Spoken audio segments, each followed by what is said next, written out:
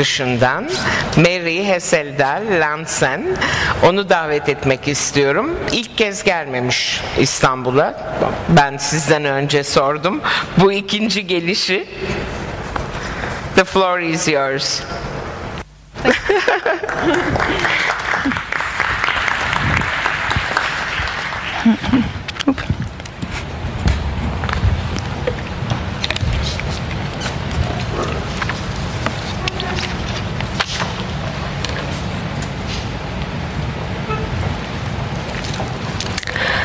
Good afternoon, and thanks for inviting 3XN to come here and talk.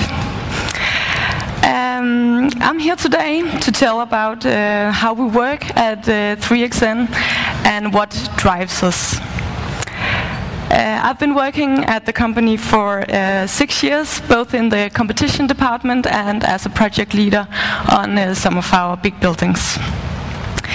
Jan Amundsen, that was supposed to be here today, couldn't make it, unfortunately. He sent his regards and asked me to read this for you. I would like to express my sincere apologies for not being present at the conference Soul of Colors today. I was very honored by the invitation and had very much looked forward to visit Istanbul and meet you today. Unfortunately, circumstances regarding my wife's pregnancy made it impossible for me to leave Denmark, and therefore I've asked my colleagues Marie to take my place. I'm sure she'll be doing an even better job than I would. I hope that too. And wish you all a great conference. And many thanks for the invitation. Sincerely, Jan Amundsen.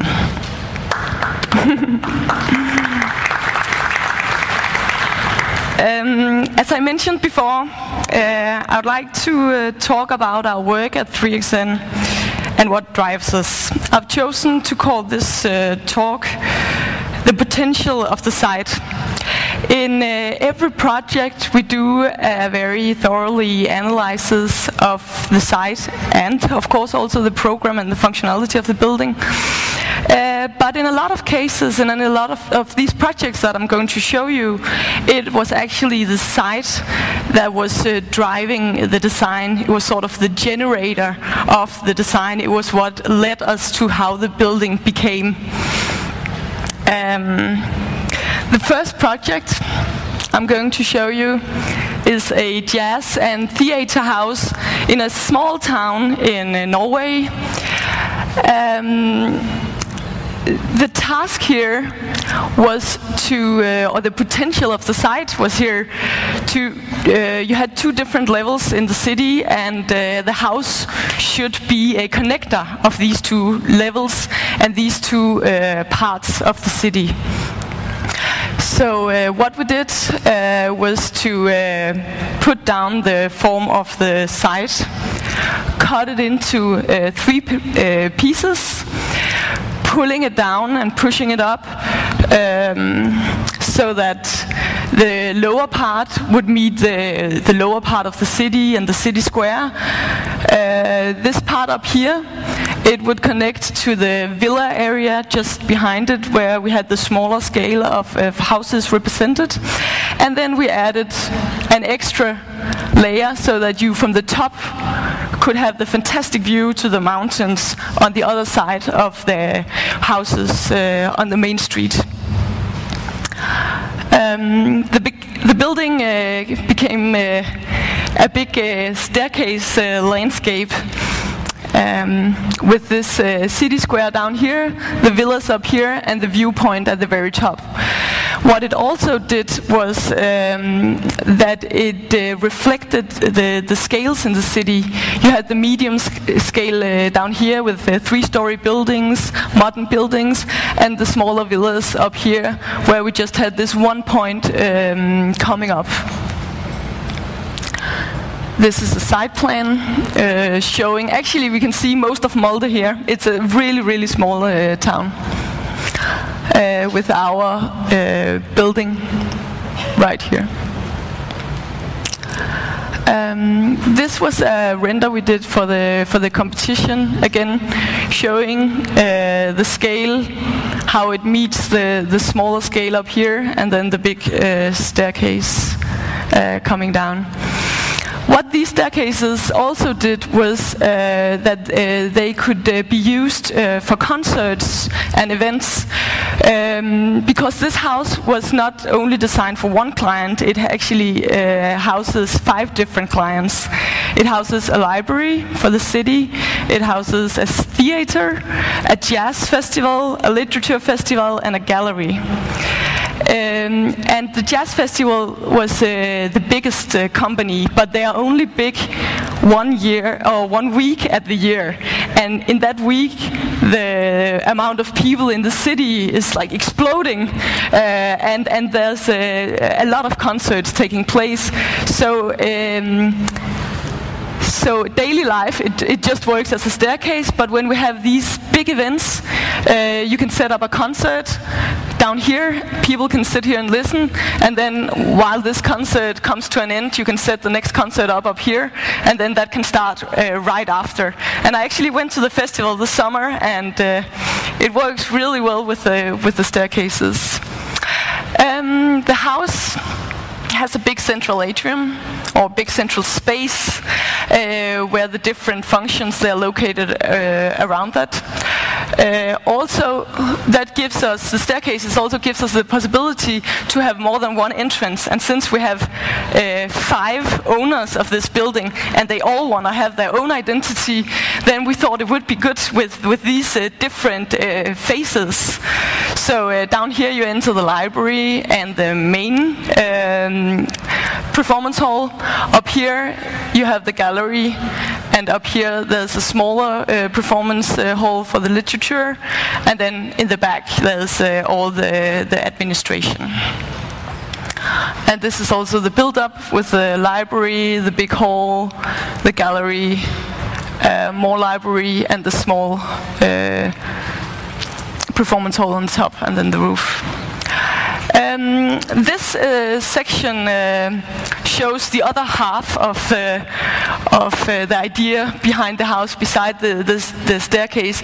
Then, as we can see here, the building is almost growing out of the landscape, becoming a part of the mountain. It's also the same material that we're using for the facades, granite from Norway.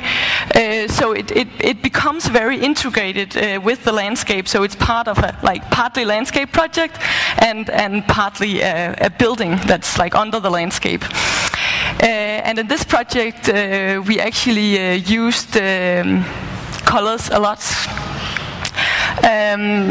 Having the big red performance hall in the center of the building, this is the core of the building. Everything else is located around that, and we painted this red. So we have this red Chinese box, which is the heart of the building, standing and shining out through the glass facade, through the very light stone. So I think it creates a really nice contrast, especially it's pretty far up in Norway, it's very cold, and this nice warm glow, I think gives a nice contrast. This is also an image from the competition, and this is an image from today. It was just finished a few months ago. We can see the staircase connecting the 2 parts of the city, and we can see the big performance hall here on the inside in red. More staircase. This is from the Literature Festival, where you can also use the foyer. There's a small cafe space. Back here, the library, it has its own colors. So in this project, we used the colors to also as a wayfinder. So the library is pretty straightforward and pretty dumb. The library is yellow, the theater is red. So they each have their own identity in this way. That's the library.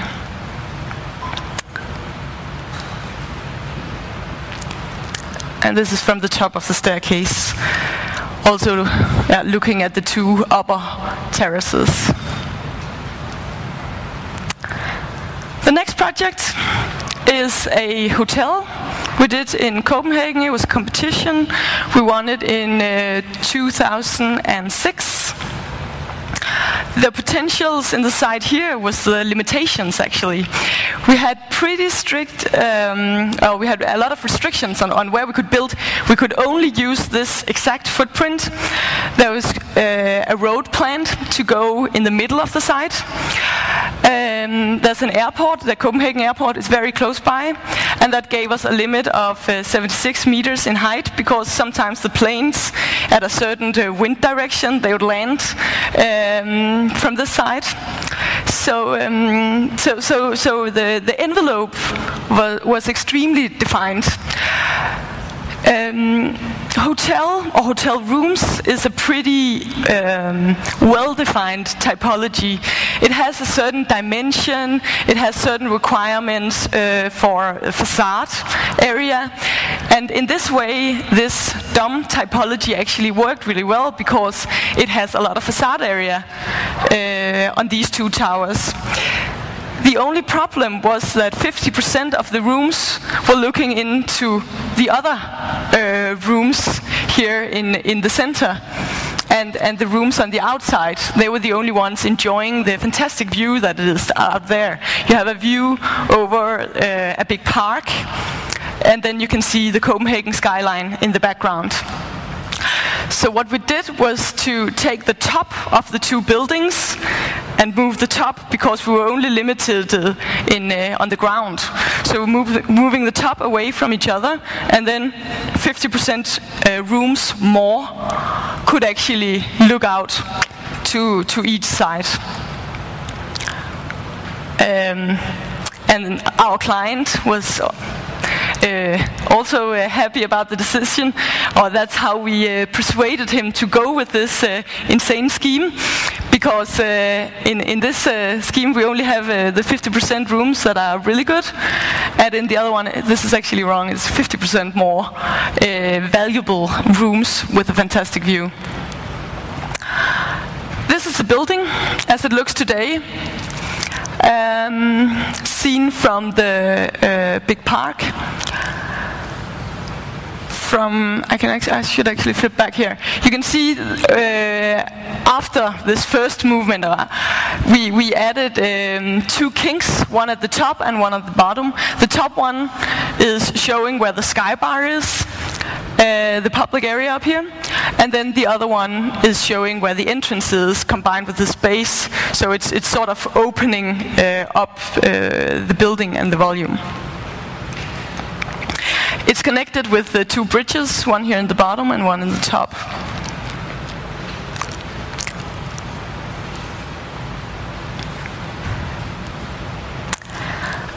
This was a mock-up we did for the facade, and that's how we usually work. We always do one-to-one mock-ups in the process, so we can define or refine the details and see if everything works as we thought so. The building is a modular element facade, and it consists of modules 3 times 3 meters, and there are 5 different modules on this facade. They were all prefabricated on a factory, and that ensures the high quality and good finish on the facades. The next project is an aquarium that we're building now. It was a competition we won in 2008. The potential of this site was that it was so close to the water. It was actually at the waterfront, at Øresund, that is facing Copenhagen. This was our first diagram. 2 people, some sharks and fishes. How do they meet? Do we want to go the traditional direction, where we take the fish up, put them in monitors so we can study them and look at them? Do we want to jump into the water and look at the fish in their environment, which would be the most authentic? Maybe that's a bit of a tricky way to do it. So we came up with an idea trying to create a world that's in between the real deep sea and land, and it's called the Blue Planet. It's under the water, but in an environment where we can breathe. And what leads us down there is, it's a big wave, it's a big whirlpool that sucks you down into the building. It's like this big wave. We were laying out the program, or all the functions, in a pie chart with a center in the middle, and then we were like rotating it so that each arm here has its own function. This is in Danish, so unfortunately you can't read it, but this is all the hot water fishes. This is the education and cantina area. This is cold water fishing. This is administration, and this is entrance. Yep. So we ended up with a roof plan of a whirlpool sucking you down to this blue planet that's under this big roof or this big wave. And this is where you enter the building. You come from the parking lot over here, then you go over through a big, like a walkway. There's a water pool on each side, and then you're sucked down into the building. This is a render from the competition that shows how the wave is almost like falling in over you when you're going down into this space. This is a perspective from the central space. And from the central space you can enter all the different exhibition. The roof is a glass roof with water, and the water filters the light, so you get this nice play on the floor. And it's also a part of creating the atmosphere of being underwater. This is an image from the big ocean tank with the sharks. You can see also the wave formations on the roof. Down here it's concrete, everything is concrete, and it's the light that is coloring the walls and ceilings down here. So this was the scheme. And this is how we explained to the client that he could extend, even though it looks like it's a defined, finished form, it's actually a form that you can extend. So if you, at one point, want to have a bigger museum, that's also possible with the scheme. This is a bird's eye view, showing this is the ocean, so it's actually on the waterfront. This is the parking lot over here.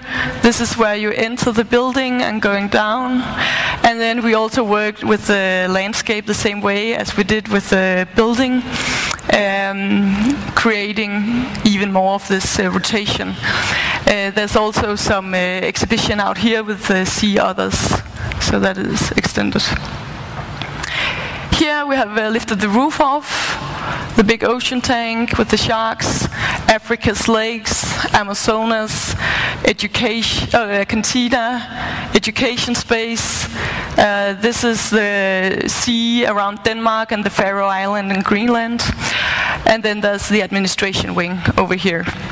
And this was the entrance coming in here to the where you buy your ticket, and then to the central space. The whole idea about this organization was also that at this type of museums, visitors are very likely to come back a lot of times, and then we thought it would be important to be able to shop, to create your own experience. If you're a 9-year-old, maybe you're totally addicted to sharks, and then you don't care about little fishes living at the Danish coasts, then you can go directly to your to the main event for you, and sort of create your own museum experience. And this is another bird's eye view of the building. I'll flip through all these investigations pretty quickly, but it's a pretty complex building, so we used parametric tools to generate both the construction and the facade elements, because a lot of them are unique. Rhino, our favorite tool, and Grasshopper in combination. This is a lot of studies of how to clad the facade with aluminium panels, how that could sort of help the wave movement. And this is a mock-up in 1:1, where we study the reflection of the aluminium. Is this the right material that we have going? Is this the right scale of the plates on the surface? Yeah. More study. And this is a picture from our webcam, a very recent picture. This is how far we are today with the construction. It's due to open in the end of 2013. But we're almost done with the building, but it will take almost a year to fill in the fish and the exhibition.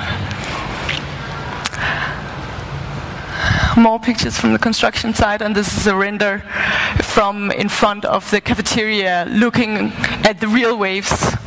So this is how close we are to the sea. The next project I'll talk about is a subway station and hotel, and actually also housing in Stockholm.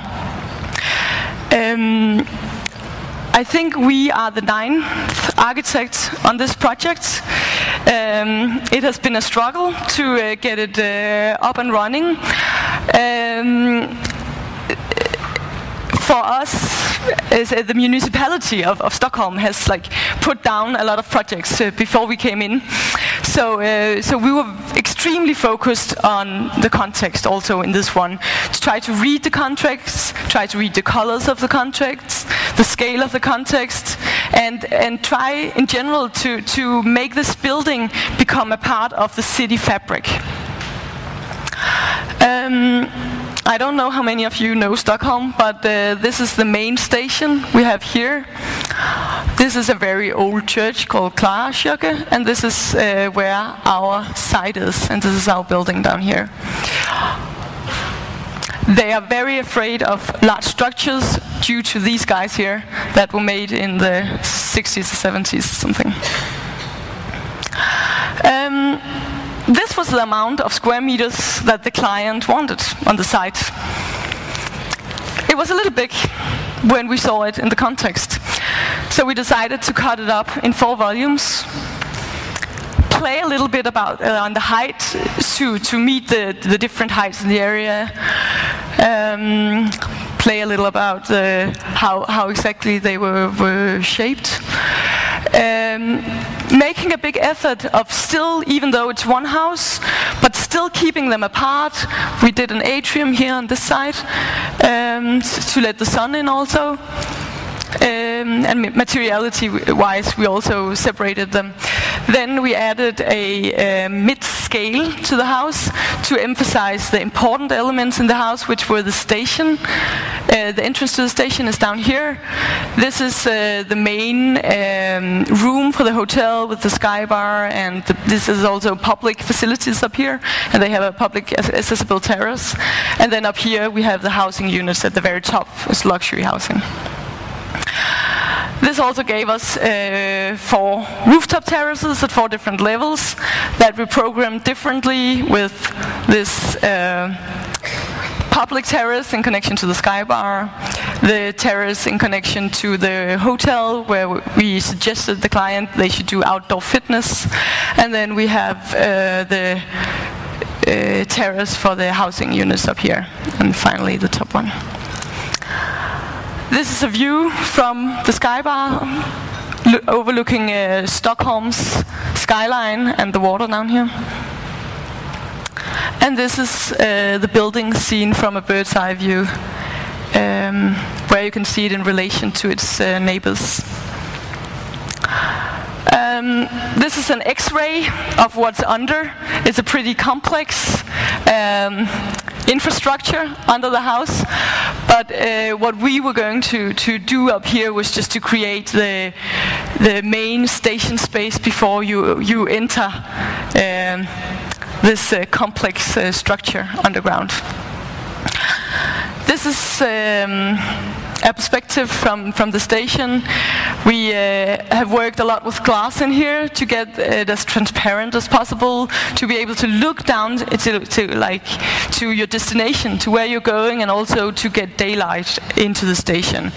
You can look into Scandic's areas here and some of the shops that are also in the station space. Also, it was important for us to be able to look out when you come up from these escalators here.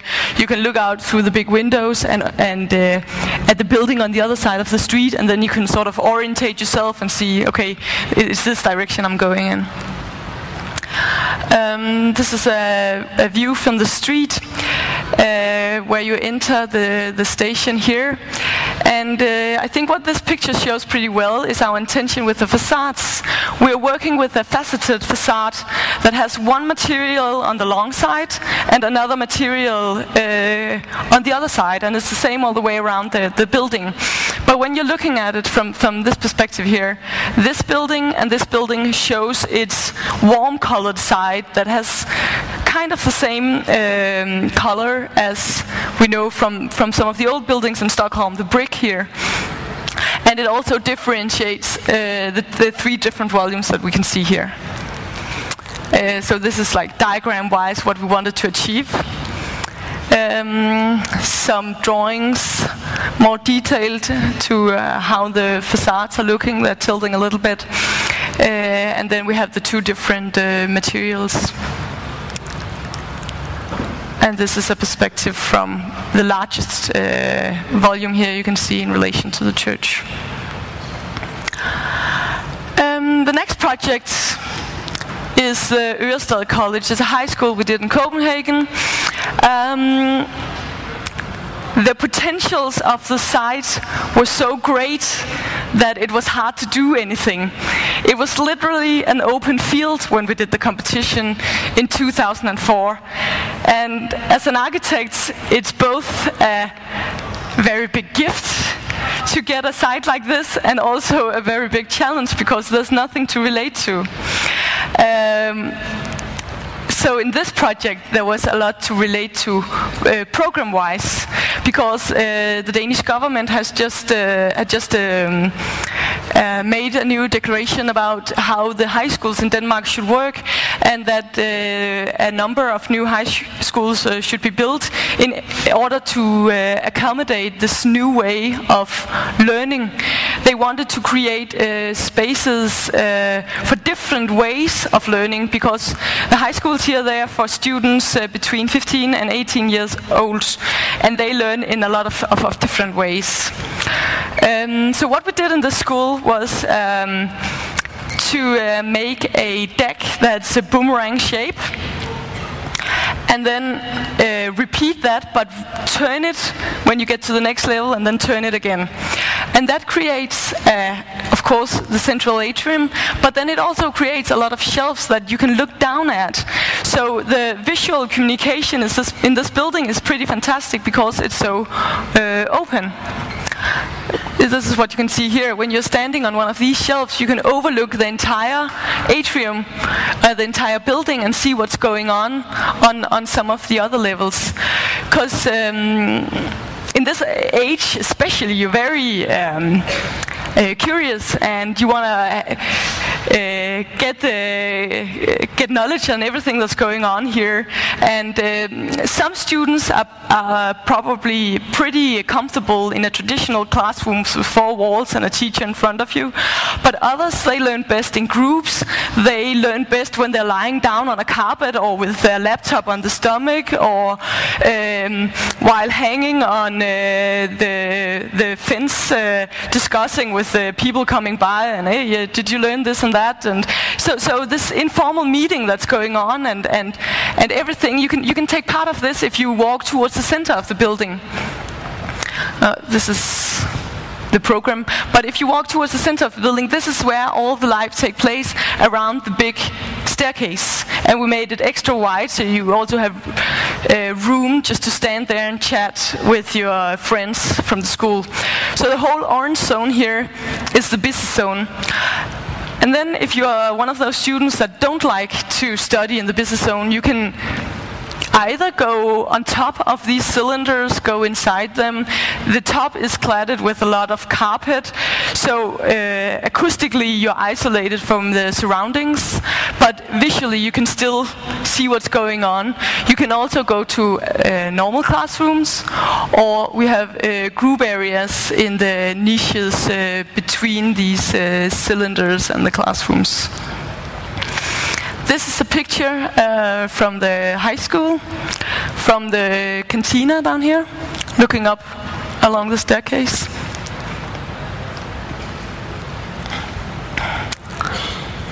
And this is a picture looking up through the central atrium. Here we see the cylinders that contains classrooms on the lower floor and then more casual learning facilities on the top. How we work with the materials here. As you can see, there's not a lot of colors, but once the students come in, there'll be a lot of colors. Yeah, these are the boxes. And this is a normal day at the high school, lounging with your laptop, meeting friends at the big staircase, sitting, working in groups down here, or having a traditional lesson in a traditional classroom.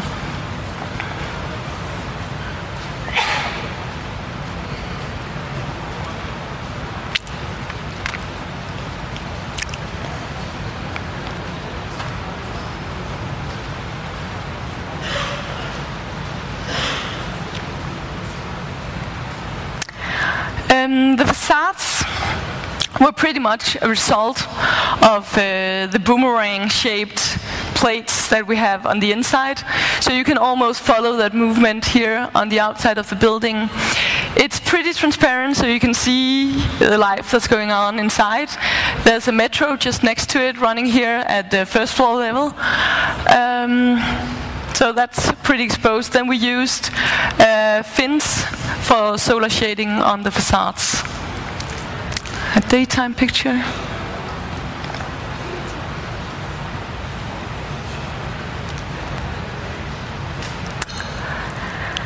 The next project is a subway station in Stockholm, a really small project compared to all the others. It's located on Odenplan, and that's right next to Asplund's old classic library with the big cylinder on top of the box, the orange-colored one. This is on the other side of the square. And the potentials of this side was really to not to take anything away from the square, but to add something to the square, add a big piece of furniture to the square that could make the square better. So what we did was to push down the middle here, create entrances for the subway station in the side, and then drag the square up here, drag them up the stairs. Because another thing that goes on when you have a subway station, of course you go there to take the train and to get somewhere else, but you also go there and then you have to meet someone, you have to stand and wait for someone to take the train with you. So this place here is also a waiting place. Plus it has a pretty good view over the whole square, so you can spot the person you're waiting for. So this is the commuters, this is the people waiting for someone. This is a render from the other side, where the facade or the square is not pushed down, because this is towards the street. And the entrance. The staircases, as you can see, are reflected on the underside of the roof. And that creates a special identity for this subway station. This is from the square, and it's the same material, the same granite that's on the square that we use on the steps and on the walls here. And this special identity I talked about, actually, it really shows on the underside of the staircase. So when your train stops and the doors open, then you can spot the ceiling immediately and say, okay, I'm at Odenplan, I have to get off now. So that's also another way of doing wayfinding, but this is without colors. The next project is a lawyer's office in Copenhagen. What we did here was we were looking at the site, analyzing it.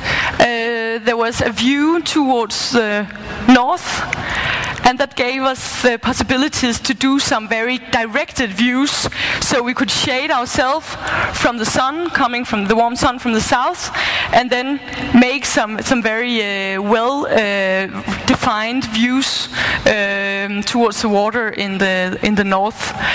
The program is cell offices, a totally generic program. So we thought we had to come up with a special element that would enhance what's inside the building.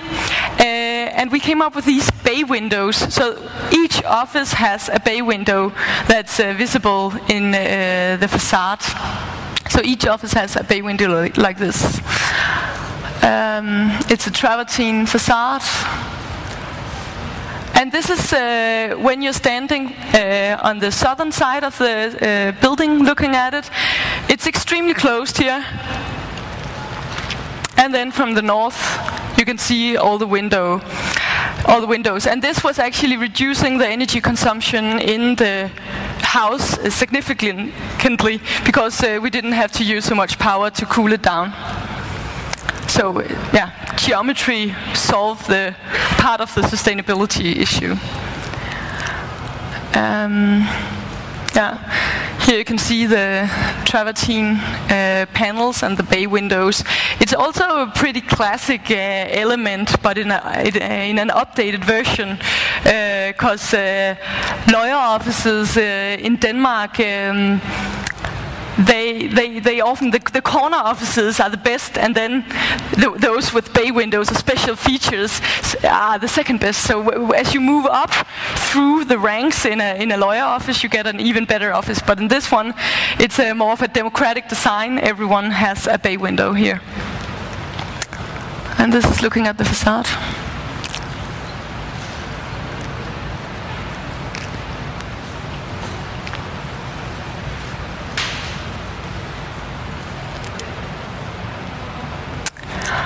All of the elements were prefabricated in a factory to ensure the good detailing.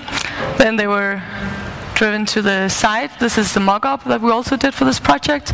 It's a composite material with a very thin piece of travertine mounted onto a plate, and then there's mounted onto a glass fiber plate. So the whole construction is pretty light, and that also, or the whole facade is pretty light, and that also minimized the construction, the dimensions on the construction of the whole building. And this one I think is already on the building, and this one is about to be hung up, hooked into the slabs. And this is the building. The next one has pretty much the same idea. It's a bank in a small town in Denmark. In this case, we also have a view towards the north, and still the sun coming from the south. If we did a straight-up normal box, only 20% of the people employed here would enjoy this fantastic view, and the rest would sit in the back. So what we did was to push down the front of the volume so that everyone in the bank, or almost everyone, could look out over the ocean. This is an axiometric view showing the open roof we did, that is shading from the sun and opening up towards the water. And this is a bird's eye view of the picture of the building as it is today. Here you can see the seas right here. And from the other side, because it had two very different situations on each side. This was Middelfart downtown, so this is a shopping street in this small town of Middelfart, and then it was opening up towards the sea and to the more open areas, the park on the other side of the street. And here you can see our building. And again, from the street. Some people that lives in the city says that, these bands almost look like what's going on the other side of the street, but that was not actually something we thought about. This is the roof, and that's the main feature of the house, seen from the office spaces. And this is the big bridge that you can look out at from where you sit. The whole roof is modules that are lifted in place here on the steel construction, with this closed back part and the open front part. An image looking up through the roof. And then at night time, when we need to have artificial light on, we use these roof elements as reflectors. So the light is integrated in the panels. So it doesn't matter whether it's like day or night, the light still comes from the same skylight. And as you can see here, this is a daylight situation. And then in the night time, we have the artificial light turned on here, so that gives the general lighting of the bank. This is the main space in the bank. This is where the customers come in. This is the desks where they go. And then on the upper levels, the terraces, all the employees, they sit and work up here. And here they have the meeting rooms, and in here is a real estate agent. The roof in the nighttime. This is also what we looked at before. This is the main space, this is the lower level, and this is the real estate agent. So this is the customer part. The next level is all the offices, and then we have everything on. So this is where they work, the employees, and this is their cantina and meeting rooms and boardrooms. And there's a shop under the staircase also, and with the roof on.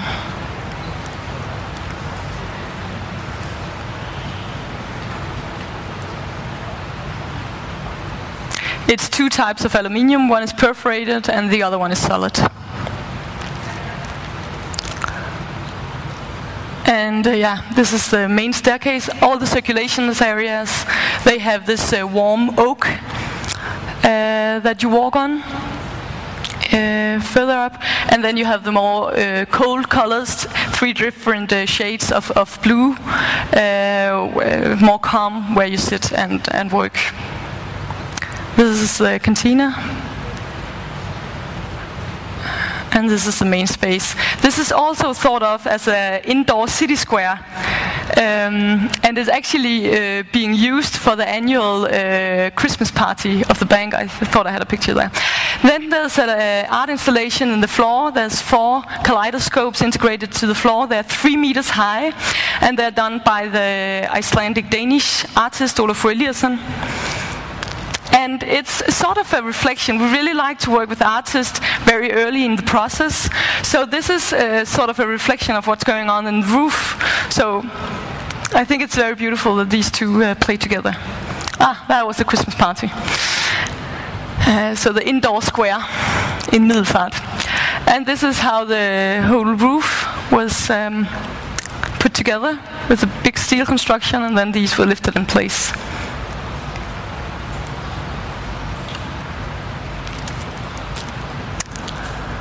And a view from the park.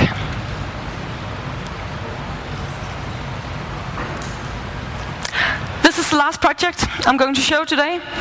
It's the arena. It's the last competition we have won, I believe, and they are already speeding ahead with the design process. The potentials of the site here was really to be, or the task was really to become the good neighbor, because what they wanted to do was, or the client wanted to place this big arena in the middle of a housing area, as you can see here. And also, if you look at the typology, an indoor arena, it's very introvert, and it has a very specific scale, and it has a very specific form. But we really had the intention to become this good neighbor for the people living next door here. So what we did was to divide the program in two, to create a base that could more of meet the scale of the city, and it could accommodate functions that were more city related. So it's just one floor high. Then we pushed it in at different places where we wanted to create a small city square that we could afterwards program for the benefit of the people living around the big arena. Then we added the arena on top of the space with a connection with the big staircases here on 3 sides where you can enter the building. Added the ball. The ball was almost already designed, or I mean the court down here by the client. He had very specific demands. Of course, there's also very specific measurements on a basketball field or sports event. This arena is supposed to accommodate both big sports events and concerts and so on. It can hold, I think it's 15,000 people. It's big for Denmark.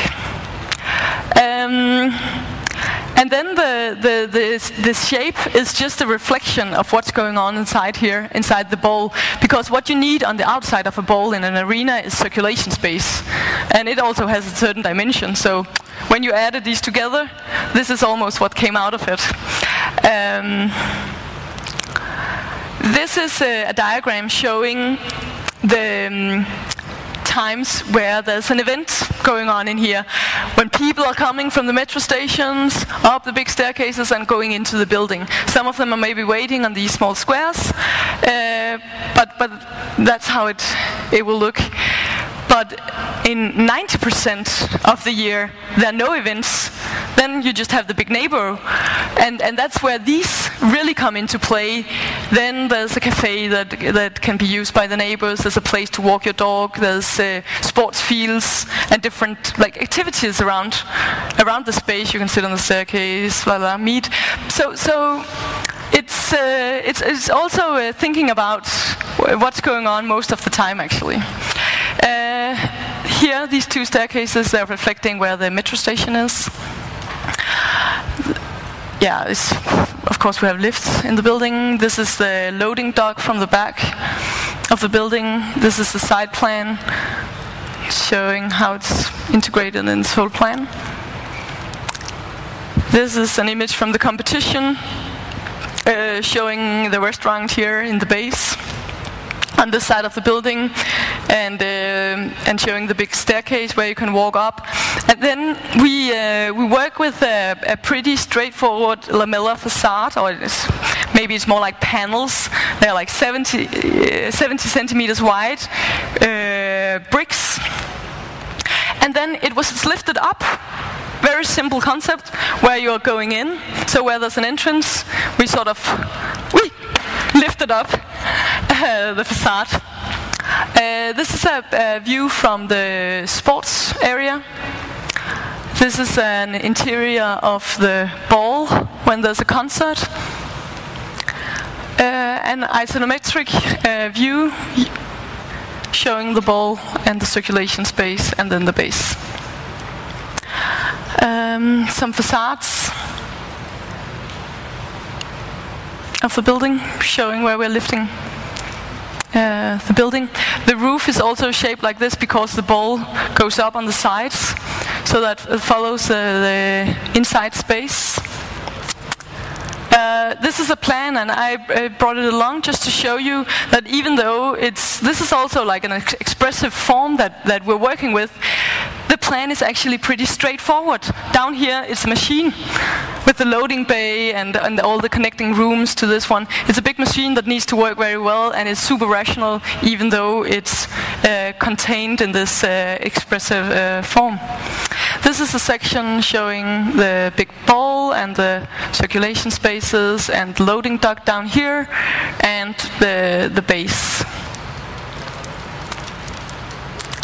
And this is a perspective from the other side, where we have a small park. And then I brought a film that we did of the project. I'll just run that.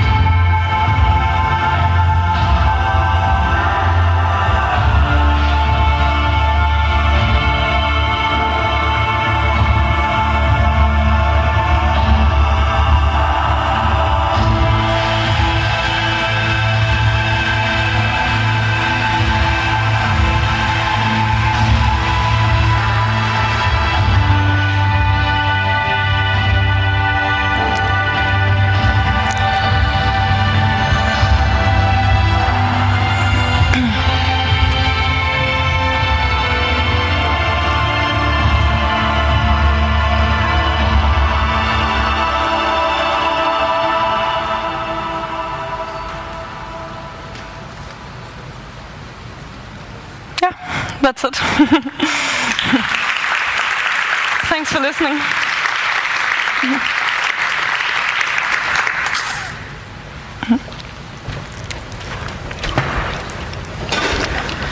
Thank you so much. Welcome. Konuşmacımız yerine oturmadan önce acaba sorusu olan var mı? Burada bir soru var. Konser salonu. Do you have your earphone? No, I can just get it. Yeah. You will need it for the... Yeah.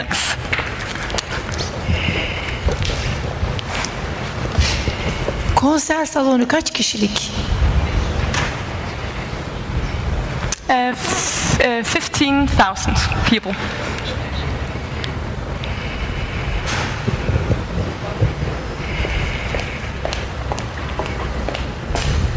So it's rather big in Danish standards. Başka var mı sorusu olan? Galiba yok. Thank you so much. You're welcome. Thanks for listening.